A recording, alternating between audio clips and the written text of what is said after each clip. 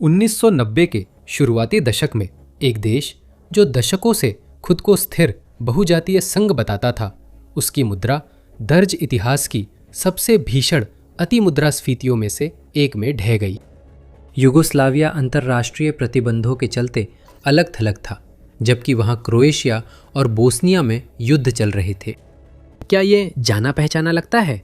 अगर हां, तो यही सब 2026 की गर्मियों में रूस में हो रहा है। तो क्या चीजें वैसे ही घटेंगी? क्या युगोस्लाविया में जो हुआ वही रूस में भी दोहराया जाएगा? और क्या वो देश भी टूट जाएगा? हम इस परिदृश्य को सच्चाई जानने के लिए समझेंगे। आइए युगोस्लाविया से शुरू करें, क्योंकि उसके पतन के कारक आगे आने वाली हर बात की भूमिका तैयार करते हैं। 1991 में समाजवादी संघीय गणराज्य युगोस्लाविया के टूटने के बाद जो संघीय गणराज्य युगोस्लाविया बचा, असल में सर्बिया और मॉन्टेनेग्रो थी, जिस पर अनौपचारिक रूप से स्लोबोडान मिलोसेविच का शासन था, जो बाद में राष्ट्रपति बना। अगर यह आपको जाना पहचाना लग रहा है, तो इसकी वजह यह है कि यह स्थिति कुछ वैसी ही है जैसी व्लादिमीर पुतिन ने 1990 के दशक के अंत में रूस में सत्ता में उभरना शुरू किया था। युगोस्लाविया ने अपनी जमीन पर कब्जा बनाए रखने और पड़ोस में चल रहे उस क्रूर युद्ध में बोस्नियाई सर्ब बलों का समर्थन करने के लिए लड़ाई जारी रखी। मई 1992 में संयुक्त राष्ट्र सुरक्षा परिषद ने व्यापक प्रतिबंधों के साथ जवाब दिया, जिसमें व्यापार प्रतिबंध, वित्तीय लेन देन पर रोक और अधिकांश अंतर्राष्ट्रीय आर्थिक संपर्कों को समाप्त करना शामिल था। अप्रैल 1993 में प्रतिबंध और सख्त किए गए। इसका उद्देश्य बेलग्रेड को बोस्निया में युद्ध का समर्थन रोकने के लिए मजबूर करना था। व्यवहार में ये प्रतिबंध पहले से ही कमजोर अर्थव्यवस्था पर लगे और यह संयोजन विनाशकारी रहा। ये आंकड़े अपने आप में लगभग अविश्वसनीय लगते हैं। 1992 के प्रतिबंध लागू होने के 3 महीनों के भीतर औद्योगिक उत्पादन लगभग 40% गिर गया था। उस साल के अंत तक सर्बिया और मॉन्टेनेग्रो में वार्षिक मुद्रास्फीति लगभग 19,810% तक पहुंच गई थी। और वो तो बस शुरुआत थी। 1993 के दौरान देश अब तक दर्ज की गई सबसे भयानक मुद्रास्फीतियों में से एक में डूब गया।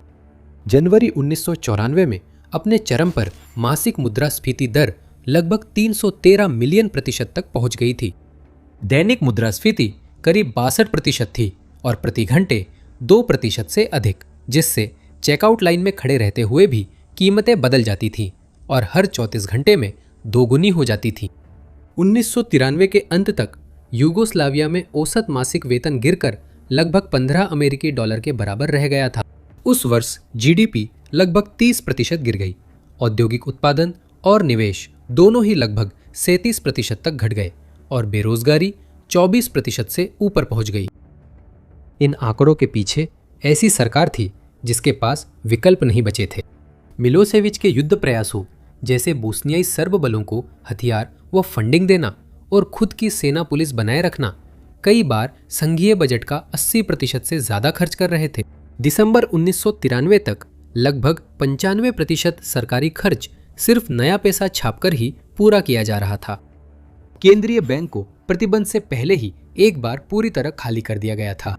क्रोएशिया और स्लोवेनिया के अलग होने से पहले के अंतिम महीनों में मिलोसेविच के साथियों ने सर्बियाई राष्ट्रीय बैंक के विदेशी मुद्रा भंडार पर धावा बोला था। उन्होंने 1.4 अरब डॉलर निकाले ताकि शासन और उसके सहयोगियों को सहारा मिल सके, जब वह पैसा अभी भी साझा संघीय संपत्ति था। उस चोरी ने क्रोएशिया और स्लोवेनिया को अलग होने की ओर धकेल दिया और जब प्रतिबंधों ने विदेशी मुद्रा कमाने का कोई वैध रास्ता बंद कर दिया, तो बचा हुआ राज्य के पास रिजर्व में कुछ भी नहीं बचा।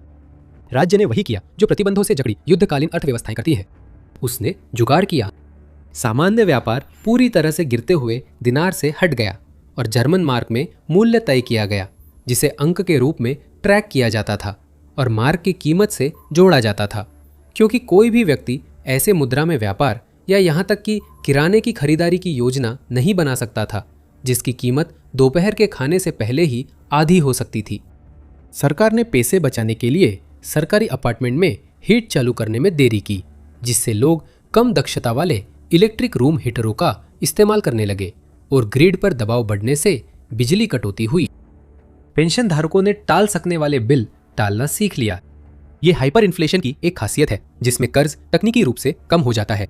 महीने की शुरुआत में 10,000 दिनार का कर्ज होने पर कुछ दिन देरी से भुगतान करने से महंगाई कर्ज की असली कीमत काफी घटा देती थी। आज हमारे मकसद के लिए सबसे जरूरी यह है कि युद्ध लगातार जनशक्ति और संसाधन खत्म कर रहा था, जबकि कंगाल प्रतिबंधों से घिरे और अलग थलग देश के पास इन्हें जुटाने के वैध तरीके बेहद कम थे। बिल्कुल 2026 का रूस 1993 का यूगोस्लाविया नहीं है। रूस की अर्थव्यवस्था बड़ी और विविधतापूर्ण है और वर्षों की पाबंदियों के बावजूद वह अब भी भारी मात्रा में तेल गैस निर्यात करता है, भले ही यह व्यापार अब नए और जटिल रास्तों से हो रहा है। रूस ने यूगोस्लाविया जैसी हाइपर इन्फ्लेशन नहीं देखी क्योंकि उसके केंद्रीय बैंक के पास वे साधन, भंडार और नीति अनुशासन है जो 1993 में बेलग्रेड के पास नहीं थे। तो रूसी दुकानों की कीमतें युआन से जुड़ी इकाइयों में तय होने वाली नहीं है, लेकिन जिस गहरे संरचनात्मक ढांचे में देश लगातार ज्यादा कठोर आर्थिक कदम उठा रहा है वह रूस में अभी साफ तौर पर बनता दिख रहा है। हम रूस की ईंधन आपूर्ति और रूसी श्रमिकों की स्थिति पर ध्यान केंद्रित करना चाहते हैं। आइए ईंधन से शुरू करें क्योंकि ये आम रूसियों के लिए रोजमर्रा की सबसे नजर आने वाली समस्या है। मई 2026 से यूक्रेन ने तेल शोधन अवसंरचना पर लंबी दूरी के हमले तेज किए हैं। अब सिर्फ पाइपलाइनों और निर्यात टर्मिनलों ही नहीं बल्कि रूस के काफी भीतर स्थित रिफाइनरियों पर भी। मेडूसा के अनुसार रूस की 10 बड़ी रिफाइनरियों पर अब तक हमला हो चुका है। यूक्रेन के जनरल स्टाफ के अनुसार व्यवस्थित हमलों से रूस की लगभग 42.7% अनुमानित तेल रिफाइनिंग क्षमता बंद हो गई है।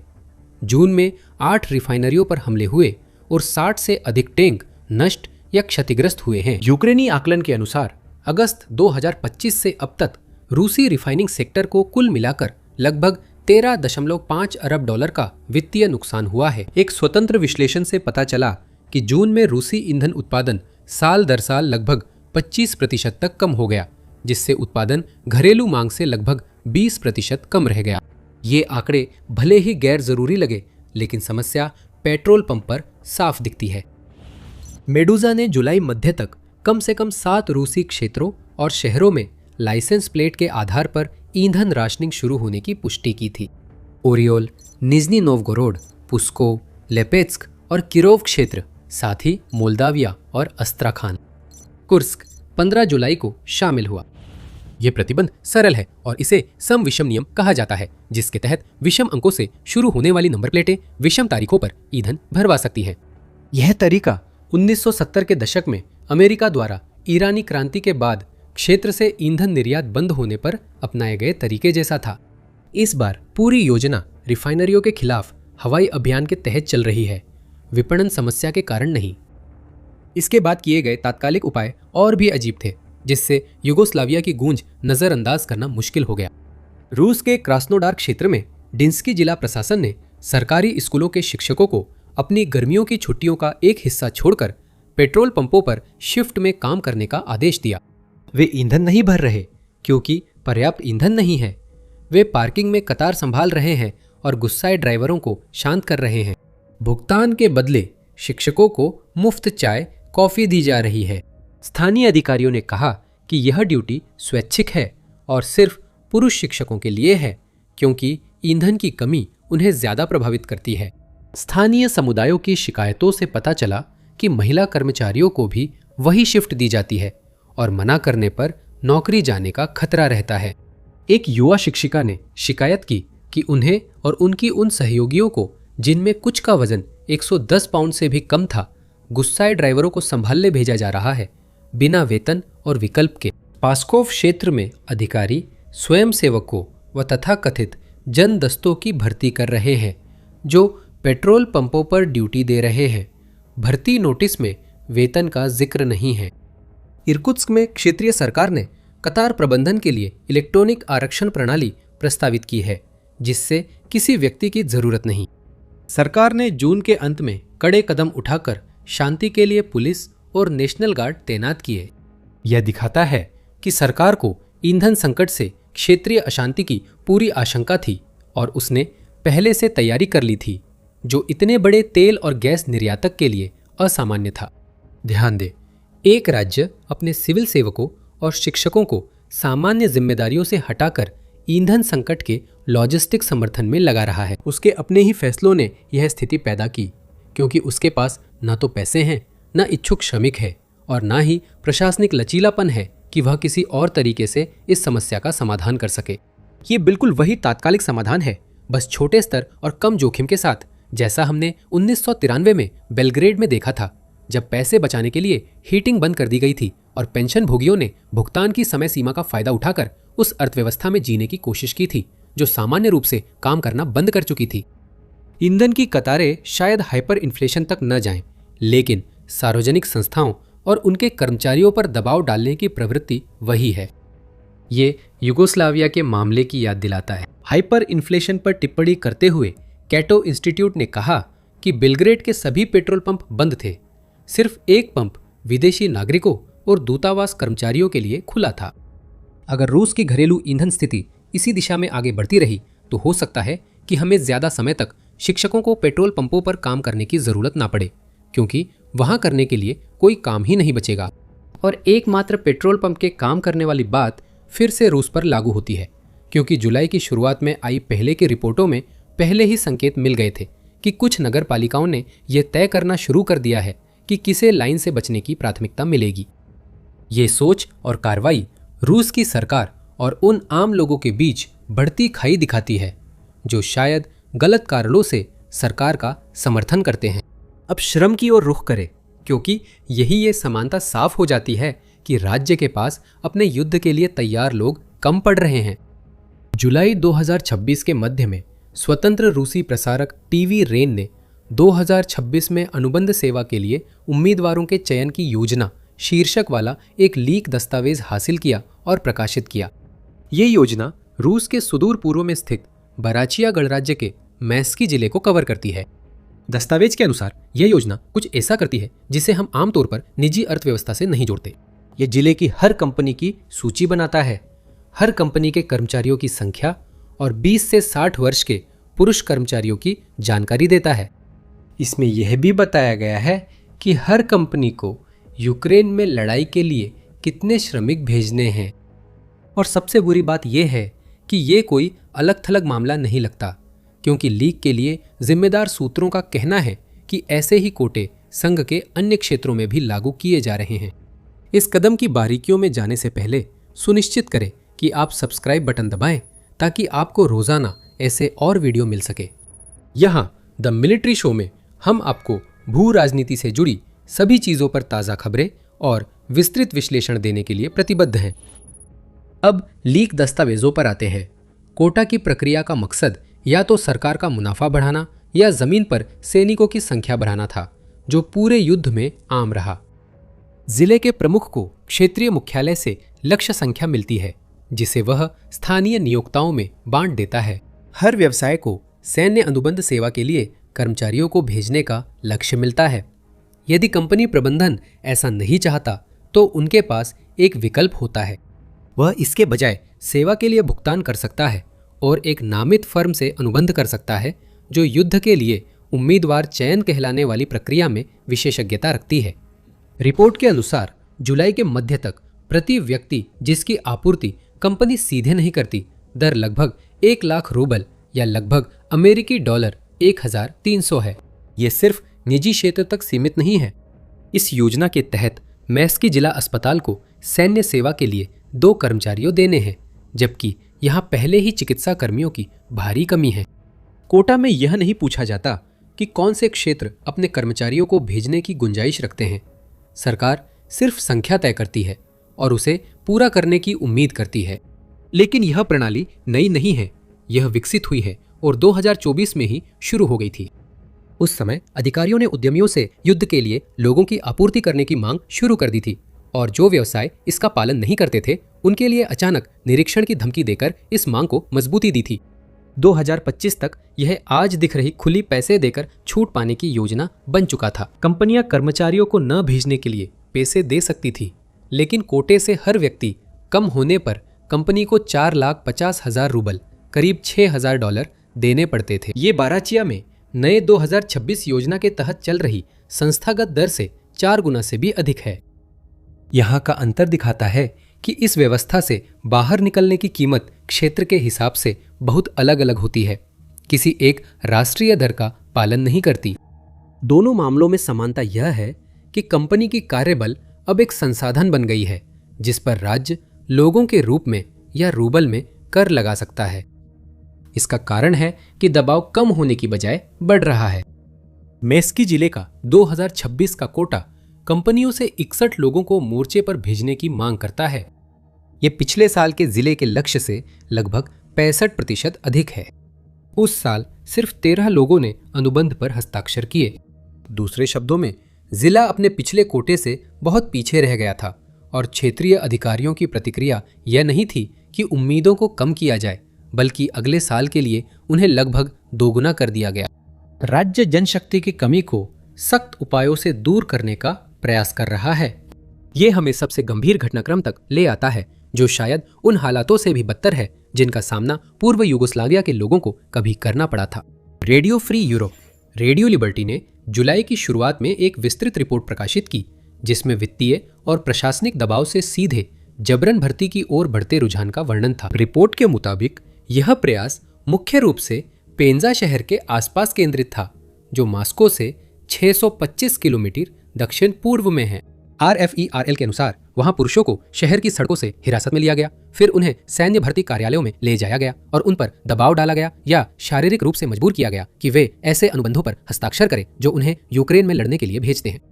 रिपोर्ट में एक वीडियो साझा किया गया था जिसे एक राहगीर ने फिल्माया था, जिसमें कुछ पुरुषों के एक समूह को एक मिनी वैन में बैठे हुए दिखाया गया, जबकि बाहर खड़े लोग यह टिप्पणी कर रहे थे कि इन पुरुषों पर जाने के लिए दबाव डाला जा रहा है। रूसी कानून प्रवर्तन ने बाद में सार्वजनिक रूप से किसी भी तरह की जबरदस्ती होने से इनकार किया। RFERL की रिपोर्टिंग में ऐसे व्यक्तिगत मामले भी शामिल हैं जिन्हें यूक्रेनियन जिस शब्द बसिफिकेशन से पुकारते हैं उसके अलावा किसी और श्रेणी में रखना मुश्किल है। यह एक अनौपचारिक शब्द है जिसका मतलब है सैन्य उम्र के पुरुषों को सड़कों से पकड़कर वैन में भरकर ले जाना। शुरुआत में इस प्रथा को यूक्रेन की लामबंदी की समस्या से जोड़ा गया, जिससे दिखता है कि दोनों पक्ष एक ही समस्या से जूझ रहे हैं। यूक्रेन में राष्ट्रपति वोलोदिमीर जेलेंस्की ने 2026 की शुरुआत में समस्या स्वीकार कर रक्षा मंत्रालय को समाधान का निर्देश दिया। रूस में बेसिफिकेशन अब पूरी तरह कानूनी सीमाओं से बाहर दिख रहा है। रिपोर्ट के मुताबिक राज्य ने इन घटनाओं को असत्य मानकर खारिज कर दिया और एक तरफ डाल दिया, जिससे यह भी छिप जाता है कि वे पूरे देश में कितनी व्यापक हो सकती है। रूसी अधिकारी इस प्रथा से इनकार करते हैं, इसलिए कोई आधिकारिक रिकॉर्ड नहीं है कि किसे, कहां या किस कारण ले जाया गया। यही वजह है कि RFERL का स्रोत पूरी तरह से गुमनाम रिश्तेदारों और वकीलों पर आधारित है, न कि किसी सरकारी रिकॉर्ड पर। यूक्रेन के क्षेत्रीय भर्ती केंद्रों के दुरुपयोग अच्छी तरह दर्ज है, खासतौर पर इसलिए क्योंकि उनसे इनकार नहीं किया जाता। उन पर संसद में बहस होती है और यूक्रेनी मीडिया में नाम से रिपोर्ट होता है। पिछले वर्षों में घटनाओं की कथित वृद्धि की बात होती है। बढ़ते कोटा के साथ मिलाकर देखें तो यह संकेत मिलता है कि क्रेमलिन सक्रिय रूप से इस उपाय का सहारा लेने की कोशिश कर रहा है, बजाय इसके कि वह आंशिक लामबंदी का एक और दौर घोषित करे। 2022 में अंतिम बार लामबंदी घोषित होने के बाद लाखों लोग देश छोड़ गए, जो शायद लौटे न लौटे, जिससे रूस की अर्थव्यवस्था को और नुकसान हुआ। इन सभी बातों को एक साथ जोड़े तो जो तस्वीर उभरती है वो ये है कि युद्ध अर्थव्यवस्था उन दो सबसे जरूरी चीजों की कमी से जूझ रही है, ईंधन और जनशक्ति। रिफाइनरियों पर यूक्रेन के हमले वैसे ही संसाधनों की कमी ला रहे हैं जैसी 1992 में यूगोस्लाविया पर प्रतिबंधों से हुई थी। और जनशक्ति के मामले में हम देखते हैं कि जैसे जैसे युद्ध लंबा खिंचता गया और स्वयंसेवक कम होते गए, यह देश भी उसी रास्ते पर बढ़ रहा है जिस पर यूगोस्लाविया चला था। पहले प्रोत्साहन मिलते हैं, फिर प्रशासनिक कोटा कंपनियों को दिया जाता है जैसे मजदूर कर योग्य वस्तु हों। इसके बाद पैसे देकर छूट पाने की व्यवस्था आती है जिसकी कीमत बढ़ती जाती है, फिर शहर की सड़कों से जबरन उठा लिया जाता है। मिलोसेविच तब भी लड़ते रहे जब उनकी अर्थव्यवस्था इसे संभाल नहीं सकती थी, क्योंकि पीछे हटने की राजनीतिक कीमत अस्वीकार्य थी। इसका मतलब यह नहीं कि रूस निश्चित रूप से यूगोस्लाविया की तरह टूट जाएगा। युगोस्लाविया का पतन अंतर्राष्ट्रीय प्रतिबंधों की उस व्यवस्था से भी हुआ था जिसे खास तौर पर बदलाव लाने के लिए बनाया गया था, और इसके ऊपर कई आंतरिक व्यवस्थाएं थीं जो या तो काम नहीं कर रही थी या सत्तारूढ़ पार्टी द्वारा जल्दी मुनाफा कमाने के लिए जानबूझकर नुकसान पहुंचाया जा रहा था। इसके बजाय रूस को अब भी चीन और भारत के साथ अपने व्यापार से अच्छी खासी रकम मिलती है और जरूरत पड़ने पर उसके पास अब भी ज्यादा ईंधन उपलब्ध है। और पश्चिमी देशों द्वारा लगाए गए प्रतिबंधों के बावजूद, जिसे अजीब तरह से एक पूर्व युगोस्लाव देश ने सिद्धांत रूप में लागू करने से इनकार कर दिया था, रूस की अर्थव्यवस्था तकनीकी रूप से अब भी बढ़ रही है, भले ही यह अपेक्षा से कहीं कम दर पर हो। इसलिए कहना सही है कि रूस की व्यवस्था चरमरा रही है, पूरी तरह ढह नहीं रही। तनाव का अर्थ है देश बाहरी मदद या आंतरिक सुधार से खुद को फिर से उबार सकता है। इन दोनों में से कोई भी विकल्प रूसी सरकार शायद नहीं अपनाएगी। पहले विकल्प में अगर चीन रूस को उबारता है तो इसका मूल रूप से मतलब होगा कि रूस को सार्वजनिक रूप से चीन के सामने झुकना पड़े, यानी चीन को एक कथित बराबर नहीं बल्कि गुट के नेता के रूप में स्वीकार करना पड़े। दूसरे विकल्प में पुतिन की सत्ता व्यवस्था उन्हीं लोगों के सत्ता में बने रहने पर निर्भर है।